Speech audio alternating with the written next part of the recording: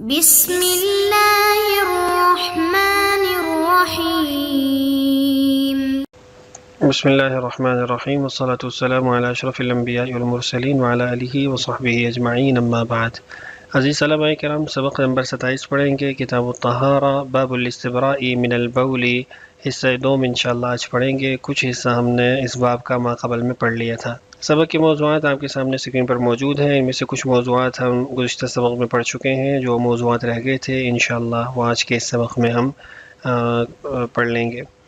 سند حدیث سے متعلق یہاں پر کلام کرنا ہے۔ اس حدیث سے متعلق جو ہمارا معنی، تشریح، فوائد وغیرہ کے اعتبار سے کلام تھا وہ ہم پہلے کر چکے ہیں، روایت حدیث کو دیکھ چکے ہیں۔ آج ہم حدیث نمبر 21 اور 22 کے سند سے متعلق جو کلام امام ابو داؤد نے خود نقل کر رکھا ہے اس کو دیکھیں گے۔ اس روایت کے بعد امام ابو داؤد رحمہ اللہ نے لکھا، قال حناد یستتر مکان یستنزہ۔ حناد اور زہیر بن حرب کی جو روایت ہے اس میں کلمات کا اختلاف یہاں ذکر کرنا مقصود ہے کہ وکیل سے سننے والے 2 آدمی تھے، زہیر بن حرب اور حناد، اور امام ابو داؤد نے ان دونوں سے اس روایت کو نقل کیا۔ تو حناد کی جو روایت ہے اس کے اندر یستتیرو کے کلمات ہیں، اور زہیر کی جو روایت ہے اس میں یستنزہو کے کلمات ہیں، یعنی اما هذا فكان لا يستنزه من البول، اور حناد کی روایت میں اما هذا فكان لا يستتر من البول۔ اب لا يستتر کا جو معنی ہے اس کے بارے میں پھر مختلف آراء ہیں، اقوال ہیں۔ ایک یہ ہے کہ لا يستتر عن اعین الناس، کہ اس سے مراد یہ تھا کہ وہ لوگوں سے ستر نہیں کرتا تھا، چھپتا نہیں تھا، پیشاب کرتے ہوئے پردہ اختیار نہیں کرتا تھا۔ لیکن یہ چونکہ حدیث الباب سے بھی تعلق نہیں رکھتا کلمہ، اور جو معنی اور مفہوم ہم حاصل کر رہے ہیں یا جو حدیث سے ثابت ہوتا ہے اس سے بھی مطابق نہیں ہے، تو اس لیے یہاں پر لا یستترو کا جو ترجمہ ہوگا وہ لا یستنزہو والا ہی ہوگا، اور اس کی توضیح اور تشریح یہ ہوگی کہ لا یجعل بینہ وبین البول سترا حتی لا یصیبہ البول، کہ وہ اپنے اور پیشاب کے درمیان کوئی ایسا ساتر، رکاوٹ نہیں رکھتا تھا کہ اس کو پیشاب جو ہے وہ نہ لگے، اس کے جسم کے ساتھ، اس کے کپڑوں کے ساتھ ٹچ نہ ہو۔ بہرحال یہ یستتر ہو یا یستنزہ ہو، معنی اس کا یہی ہوگا کہ پیشاب سے بچنا۔ یہ جو آگیا وقال ابو معاویہ یستنزہ، یہ نیچے آ رہا ہے اس کی، کہ وہاں پر اس کی وضاحت کرتے ہیں، یہاں پر بھی ہمارے جو نسخہ ہے اس میں لکھا گیا ہے، لیکن اس کو نیچے انشاءاللہ ہم پڑھ لیتے ہیں۔ دوسری جو سند ہے عثمان بن ابی شیبہ والی، جس میں وہ جریر سے نقل کرتے ہیں، جریر منصور سے، منصور مجاہد سے، مجاہد ابن عباس سے، اور وہ رسول اکرم صلی اللہ علیہ وسلم سے، اور روایت آگے یہی ہے۔ اس کی یہاں لانے کی وجہ امام ابو داؤد رحمہ اللہ کی ہے کہ اوپر والی اگر آپ سند دیکھیں تو وہاں پہ حدثنا الاعمش قال سمعت مجاہدا یحدث عن طاووس عن ابن عباس، وہاں آپ دیکھیں تو مجاہد اور ابن عباس کے درمیان طاووس کا واسطہ ہے، جبکہ نیچے آپ دیکھیں جو جریر عن منصور روایت ہے تو وہاں پہ عن مجاہد عن ابن عباس، یعنی اس میں کوئی بیچ میں فاصلہ نہیں ہے، بیچ میں کوئی واسطہ نہیں ہے۔ تو یہاں پہ امام ابو داؤد رحمہ اللہ وہ اس اختلاف کو ذکر کرنا چاہ رہے ہیں کہ اعمش انہوں نے مجاہد اور ابن عباس کے درمیان طاووس کا جو واسطہ ہے اس کو ذکر کیا ہے، جبکہ منصور جو ہیں انہوں نے مجاہد اور ابن عباس رضی اللہ عنہما کے درمیان کسی واسطے کو ذکر نہیں کیا ہے۔ ان کے بارے میں تھوڑی تفصیل آپ کے سامنے الدر المندود علی سنن ابی داؤد سے رکھ دیتے ہیں، کہ اس میں انہوں نے اس کی وضاحت کی ہے کہ اس سند کا مدار مجاہد پر ہے۔ مجاہد کے 2 شاگرد ہیں، پہلی روایت میں اعمش تھے اور اس روایت میں منصور ہیں۔ دونوں کی روایت میں فرق یہ ہے کہ اعمش کی روایت میں مجاہد اور ابن عباس کے درمیان طاووس کا واسطہ موجود ہے، اور منصور کی روایت بلا واسطہ ہے۔ اب سوال یہ ہوتا ہے کہ کون سا طریق صحیح ہے، بالواسطہ یا بلا واسطہ؟ ابن حبان کی رائے یہ ہے کہ دونوں طریق صحیح ہیں، اور بظاہر مصنف کی رائے بھی یہی معلوم ہوتی ہے۔ اس کی صورت یہ ہوگی کہ مجاہد کو ولن بواسطہ طاووس روایت پہنچی ہوگی، بعد میں علو سند حاصل ہو گیا ہوگا کہ براہ راست ابن عباس رضی اللہ عنہما سے سن لیا، یا اس کے برعکس پہلے ان کو ڈائریکٹ جو ہے روایت مل گئی بلا واسطہ اور پھر بالواسطہ۔ اسی طرح امام بخاری نے بھی اس حدیث کی دونوں طرق سے تخریج کی ہے۔ اس پر حافظ ابن حجر نے فتح الباری میں لکھا کہ اس سے معلوم ہوا کہ امام بخاری کے نزدیک بھی دونوں سندیں واسطہ بلا واسطہ صحیح ہیں۔ میں کہتا ہوں بظاہر تو ایسا ہی ہے جو حافظ کہہ رہے ہیں، لیکن امام ترمذی نے کتاب العلل میں امام بخاری کی رائے یہ نقل کی ہے کہ روایت الاعمش اصح، اور خود امام ترمذی کی رائے بھی یہی ہے جیسا کہ انہوں نے جامع ترمذی میں اس کو واضح کیا ہے۔ یہاں پہ شیخ احمد سہارنپوری رحمہ اللہ نے جو ترجیح دی ہے تو وہ یہ ہے کہ وَلَعَلَّ الْحَقَّ مَعَ الْمُصَنِّفِ وَالْبُخَارِ وَالْجَمْهُورِ، کہ حق جو ہے وہ مصنف امام بخاری اور جمہور کے ساتھ ہے کہ دونوں روایات جو ہیں وہ صحیح ہیں، کسی ایک روایت کو دوسری روایت پر ترجیح نہیں ہے۔ یہاں پہ اب بات آ گئی لا يستتر من بولہ اور وقال ابو معاویہ یستنزہ، اس کی وضاحت بھی کر دیتے ہیں۔ یہ دیکھ میں نے آپ کو کہا تھا کہ وقال ابو معاویہ یستنزہ، اس کی نیچے میں وضاحت کر دوں گا، تو دیکھیے فکان لا يستتر من بولہ، یہ جو ابن عباس رضی اللہ عنہما کی روایت ہے جس میں مجاہد اور ابن عباس رضی اللہ عنہما میں کوئی واسطہ نہیں ہے، اس میں لا يستتر من بولہ کی جو ہے وہ کلمات ہیں۔ فرماتے ہیں ظاہر یہ ہے کہ قالہ کی ضمیر راجع ہے منصور کی طرف، کہ منصور نے یہ کہا، کیونکہ منصور کی روایت اعمش کے مقابلے میں بیان کی جا رہی ہے، اور یہی صاحب منہل نے بھی لکھا ہے، لیکن بذل المجہود میں حضرت سہارنپوری نے ضمیر کا مرجع جریر کو قرار دیا ہے۔ اعمش کی روایت میں من البول مطلق ہے، عام اس سے بول انسان ہو یا بول حیوان ہو، ماکول لحم ہو یا غیر ماکول لحم، سب کو شامل ہے، اور منصور کی اس روایت میں من بولہ سے اضافت کی وجہ سے خاص بول انسان مراد ہے۔ وقال ابو معاویہ یستنزہ، بظاہر یہ معلوم ہوتا ہے کہ ابو معاویہ منصور سے روایت کر رہے ہیں، اس لیے کہ مصنف نے منصور کی سند کے ذیل میں اس کو بیان کیا ہے، لیکن ایسا نہیں ہے، بلکہ اس کا تعلق روایت اعمش سے ہے، جیسا کہ حضرت نے بذل المجہول میں تحریر فرمایا، اس لیے کہ بخاری وغیرہ کتب صحاح سے بھی یہی معلوم ہوتا ہے، لہٰذا مصنف کے لیے انسب یہ تھا کہ ابو معاویہ کے الفاظ روایت اعمش کے ذیل میں بیان کرتے۔ یعنی اعمش کے ذیل میں بیان کرنے کا مطلب یہ ہے جیسے ہمارے اس نسخے میں جو ہمارے سامنے موجود ہے وقال ابو معاویہ یستنزہ، اوپر اس کو نقل کر دیا گیا ہے، جبکہ جو بذل المجہود کے لیے رکھا گیا نسخہ ہے یا الدر المنضود کے لیے، ان کے اندر یہ وقال ابو معاویہ یستنزہ اوپر موجود نہیں ہے، صرف نیچے ہی موجود ہے۔ بہرحال ابو معاویہ جو ہے یہ محمد بن حازم ہے، احفظ الناس لحدیث الاعمش ہیں، اعمش کی روایات کے باب میں ان کو جو ہے وہ احفظ الناس کہا گیا کہ یہ سب سے زیادہ ان کی روایت کو جاننے والے ہیں۔ تو ان کے حوالے سے بتایا گیا کہ انہوں نے جو روایت نقل کی ہے اس کے اندر یستنزہ کے کلمات ہیں۔ اگلی جو ہماری روایت ہے اس کو پڑھ لیتے ہیں، اس کا ترجمہ کر لیتے ہیں، پھر اسی سے متعلق جو کلام ہے اس کو بھی انشاءاللہ دیکھ لیتے ہیں۔ وبه قال حدثنا مسدد قال حدثنا عبد الواحد بن زياد قال حدثنا الأعمش عن زيد بن وهب عن عبد الرحمن بن حسنة قال انطلقت أنا وعمر بن العاص رضي الله عنهما إلى النبي صلى الله عليه وسلم فخرج ومعه درقة ثم استتر بها ثم بال فقلنا انظروا إليه يبول كما تبول المرأة فسمع ذلك فقال ألم تعلموا ما لقي صاحب بني إسرائيل كانوا إذا أصابهم البول قطعوا ما أصابه البول منهم فنهاهم فعذب في قبره۔ قال أبو داود قال منصور عن أبي وائل عن أبي موسى في هذا الحديث قال جلد أحدهم، وقال عاصم عن أبي وائل عن أبي موسى عن النبي صلى الله عليه وسلم جسد أحدهم۔ اس روایت کا ترجمہ بھی آپ کے سامنے رکھ دیتا ہوں، پھر اس سے متعلق جو کلام ہے اس کی طرف انشاءاللہ بڑھتے ہیں۔ حضرت عبد الرحمن بن حسن رضی اللہ عنہ بیان کرتے ہیں کہ میں اور عمرو بن عاص رضی اللہ عنہما نبی اکرم صلی اللہ علیہ وسلم کی خدمت میں حاضر ہوئے۔ آپ صلی اللہ علیہ وسلم کے ہاتھ میں ایک چھوٹا ڈھال یعنی ڈھال جیسی چیز تھی، آپ صلی اللہ علیہ وسلم اس کے پیچھے چھپ گئے اور پیشاب کیا۔ ہم نے کہا دیکھو یہ تو ایسے پیشاب کر رہے ہیں جیسے عورتیں پیشاب کرتی ہیں۔ آپ صلی اللہ علیہ وسلم نے یہ بات سن لی تو فرمایا کیا تمہیں معلوم نہیں کہ بنی اسرائیل کے ایک شخص کو کیا پیش آیا؟ جب ان پر پیشاب لگتا تو وہ اس حصے کو کاٹ ڈالتے تھے جس پر پیشاب لگا ہوتا۔ اس شخص نے انہیں ایسا کرنے سے منع کیا تو اسی وجہ سے اسے قبر میں عذاب دیا گیا۔ آگے متن کے حوالے سے دیگر اسناد ذکر کی گئی ہیں جس میں جلد اور جسد کے کلمات ہیں، وہ آگے انشاءاللہ تفصیل ہم کر لیں گے۔ حدیث کی تخریج آپ کے سامنے موجود ہے، ہم اس حدیث کے روات کو بھی آپ کے سامنے اسکرین پر لا رہے ہیں، آپ ان کو دیکھ لیجئے۔ تشریح کی طرف بڑھتے ہیں، بذل المجہود سے ہی ہم انشاءاللہ اس کی تفصیل آپ کے سامنے رکھیں گے۔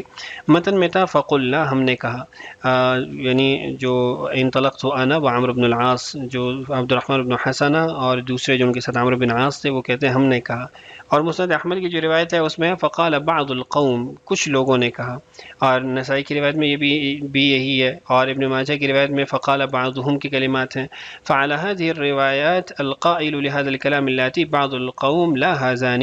تو ان روایات کو دیکھا جائے تو ثابت یہ ہوتا ہے کہ یہ جو قائل تھے اس قول کے، یہ بات کہنے والے، یہ دو افراد نہیں تھے بلکہ قوم کے کچھ افراد تھے. وَأَمَّا مَا وَرَدَ فِي بَعْضِ الرِّوَايَاتِ لَفْظٌ فَقُلْنَا كَمَا فِي حَدِيثِ الْبَابِ فَنَسَبَهُ إِلَى أَنفُسِهِمْ مَجَازًا.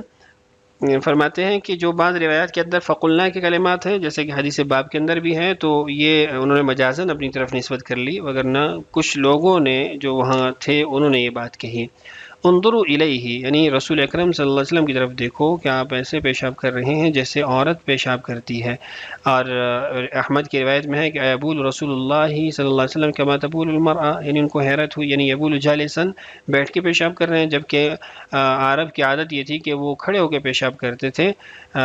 تو ان لوگوں کو اس پہ بڑا تعجب ہوا. ایسے ہی آپ جو رکاوٹ آگے رکھ کے پردے کے اندر پیشاب کر رہے تھے تو ان کو مطلب یہ عجیب لگا کہ پردے کے اندر پیشاب ہے.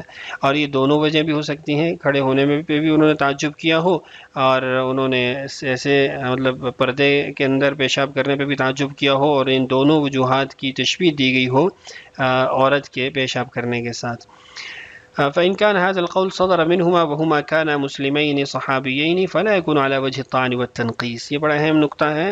اگر یہ قول جو ہے ان دونوں حضرات نے کہا تو یہ مسلمان ہیں، صحابی ہیں، تو انہوں نے طعن اور تنقیس کے طور پہ نہیں کہا، بلکہ علی وجہ تعجب کہا ہے کہ یہ عام عادت معروفہ جو ہے کہ یہ عام عادت سے ہٹ کے عمل ہے.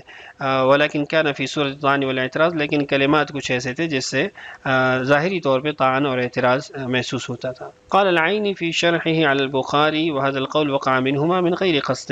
ایک توضیح یا تعویل اس کی کی گئی کہ علامہ عینی فرماتے ہیں کہ یہ قول انہوں نے بغیر قصد کے کہہ دیا، مطلب کوئی ارادہ نہیں تھا، غیر اختیاری طور پہ ان کی زبان سے نکل گیا. او وقع بطریق التعجب او بطریق الاستفسار عن هذا الفعل، یا پھر تعجب کے طور پہ انہوں نے کہا، یا استفسار تھا، سوال تھا اس فعل سے متعلق، اسی لیے رسول اکرم صلی اللہ علیہ وسلم نے پھر ان کو الم تعلموا مطلب آگے استفہام کر کے پھر مثال دے کے اس چیز کو سمجھایا. ولم يقول هذا القول بطریق الاستهزاء والاستخفاف لان الصحابہ براء من هذا. یہ انہوں نے بطریق استہزاء اور استخفاف نہیں کہا، بلکہ انہوں نے بطریق استفسار، بطریق تعجب یا من غیر قصد یہ بات کی ہے. صحابہ رضی اللہ عنہ اجمعین جو ہے وہ اس تہمت سے اور اس چیز سے بری ہیں. وإن كان صدر منهما وهما لم يسلما إلى ذلك الوقت أو من غيرهما من بعض القوم الكفار فيكون صدوره على وجه الطعن والاعتراض. اور اگر انہی دونوں حضرات نے یہ بات کہی لیکن اس وقت تک وہ مسلمان نہیں ہوئے تھے، یا کفار میں سے کسی نے یہ بات کی، تو پھر یہ سیدھا سیدھا طعن اور اعتراض تھا. فسمع رسول اللہ صلی اللہ علیہ وسلم، رسول اکرم صلی اللہ علیہ وسلم نے اس کو سن لیا ان کی بات کو، تو آپ نے فرمایا کہ کیا تمہیں معلوم نہیں. مسند احمد کی جو روایت میں ہے اس میں وما علمتم کے کلمات ہیں، اور ایک روایت میں ہے ویحک ما علمت، اور ابن ماجہ میں بھی اسی طرح کے کلمات ہیں. پھر آپ نے فرمایا ما لقی صاحب بنی اسرائیل، کہ جو بنی اسرائیل کے صاحب تھے ان کو جو پیش آیا کیا تمہیں معلوم نہیں ہے. امام احمد کی روایت میں ایسے ہی ہے، نسائی اور ابن ماجہ کی جو روایت ہے اس میں بھی ایسا ہی ہے ما اصاب صاحب بنی اسرائیل. اور مسند احمد، نسائی اور ابن ماجہ کی روایت میں ہے کہ ما اصاب صاحب بنی اسرائیل کانو، یعنی بنو اسرائیل جو تھے جب ان میں سے کسی کے پیشاب لگ جاتا تھا تو وہ پیشاب والی جگہ کو کاٹ دیتے تھے. امام احمد کی روایت میں ہے کہ کانو اذا اصابهم شيء من البول قرضوه بالمقاريض، وہ کینچیوں سے اس کو کاٹ دیتے تھے. اور اسی طرح نسائی میں بھی ہے، اور ایک روایت میں ہے کہ كان الرجل منهم اذا اصابه شيء من البول، کچھ بھی حصہ پیشاب کا لگ جائے تو پھر یہ وہ کاٹ کے اس کو پاک کرتے تھے. فرماتے ہیں کہ ظاہر یہ ہے کہ اس سے مراد جو ہے وہ کپڑے وغیرہ پہ پیشاب لگنا ہے، نہ کہ جلد وغیرہ پہ. اور حدیث کا جو معنی ہے وہ یوں بنے گا وكانوا اذا اصابهم اذا اصاب ثوبهم، ان میں سے کسی کے کپڑے کو جو ہے وہ پانی پیشاب لگ جاتا. بحذف المضاف، یعنی ثوب جو ہے وہ یہاں پہ محذوف ہے، مضاف وہ واقع ہوگا. یعنی ما كان يجوز لهم ان يطهروا ثوابهم بالماء، ان کے لیے پانی کے ذریعے اپنے کپڑوں کو پاک کرنا جائز نہیں تھا. ان کے ہاں ان کی شریعت میں جو پاکی کا طریقہ تھا وہ قطع المتنجس تھا. جہاں تک بات ہے قطع الجلد من النجاسہ، تو شارح فرماتے ہیں لو صح حمل على ظاہری لیؤدی الى قطع كل اجساد، مگر آپ کہیں کہ اس سے مراد ان کا جسم کاٹنا تھا پھر تو ان کے سارے جسم ہی کٹتے رہتے. اور اللہ تعالیٰ اپنے بندوں کو ایسی جو ہے چیزوں کا مکلف نہیں فرماتا، وہ تو ارحم الراحمین ذات ہے. اب آگے جملہ تھا اس کی میں یہاں وضاحت ضروری سمجھتا تھا، ترجمے میں شاید آپ کو اس کی وضاحت نہ ہوئی ہو. فنہاہم کہ انہوں نے ان کو منع کیا، صاحب بنی اسرائیل جو تھے انہوں نے ان کو منع کیا. فعذب فی قبرہ تو وہ اس کو قبر کے اندر عذاب ہوا.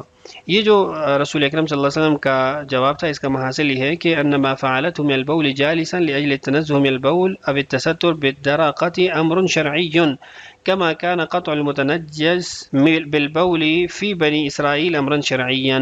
یہاں رسول اکرم صلی اللہ علیہ وسلم نے جو یہ مثال دی ہے وہ اس لیے دی ہے، یہ جو آپ نے واقعہ بیان کیا، یہ جو حکم بتایا اس لیے بتایا کہ جیسے میں جو ہے پیشاب سے بچ رہا ہوں اور ایک آڑ کے ذریعے، ایک ڈھال کے ذریعے میں پردہ کر رہا ہوں، یہ امر شرعی ہے، ایسے ہی ان لوگوں کے لیے متنجس یعنی جو نجس ہو جاتا تھا کپڑا اس کا کاٹنا بھی امر شرعی تھا.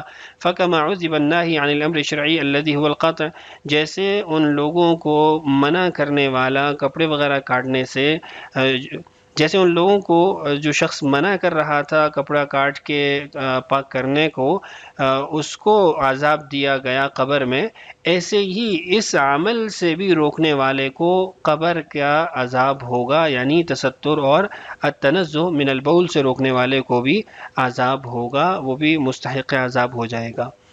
آگے علامہ عینی سے متعلق کلام ہے، آپ اس کو دیکھ سکتے ہیں. اس میں ایک تعویل بھی ہے کہ انہوں نے صاحب بنی اسرائیل سے موسیٰ علیہ السلام مراد لی ہے، پھر اس کی آگے توضیح کرنے کے لیے تکلف سے کام لینا پڑتا ہے معنی نکالنے کے لیے.